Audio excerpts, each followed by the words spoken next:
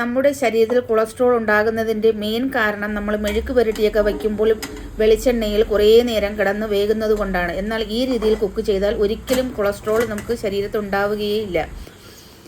ഇതുപോലെ വെള്ളം ആവി വന്നതിന് ശേഷം പയറിട്ട് നല്ലതുപോലെ ഒരു 2 മിനിറ്റ് ആവി വന്നതിന് ശേഷം ഉള്ളിയും പച്ചമുളകും കൂടി അതിൻ്റെ മുകളിലേക്ക് ഇട്ട് കൊടുക്കുക. വീണ്ടും 3 മിനിറ്റ് അടച്ച് വച്ച് മൊത്തം ഒരു 5 മിനിറ്റ് ആവി വന്നാൽ മാത്രം മതി. നല്ലതുപോലെ വെന്ത് കിട്ടും. കടായി ചൂടാക്കി 1 സ്പൂൺ എണ്ണ മാത്രം ഒഴിച്ചു കൊടുത്താൽ മതി. അതിലേക്ക് കടുകിട്ട് പൊട്ടിച്ച് കറിവേപ്പിലയും ഇട്ട് കറിവേപ്പില മൂത്ത് വരുമ്പോൾ ഈ ആവിയിൽ വെന്ത പയർ, ഇതുപോലെ വാളൻ പയർ, വള്ളിപ്പയർ, ഇതിൻ്റെ പേര് നിങ്ങൾ എന്താണോ പറയുന്നത് അത് തന്നെ, ഇതിലേക്ക് ഇട്ട് കൊടുത്ത് ഉപ്പും കൂടി ഇട്ട് ഇളക്കിയെടുത്താൽ മതി. അടിപൊളി ടേസ്റ്റും ആയിരിക്കും കഴിക്കാനായിട്ട്.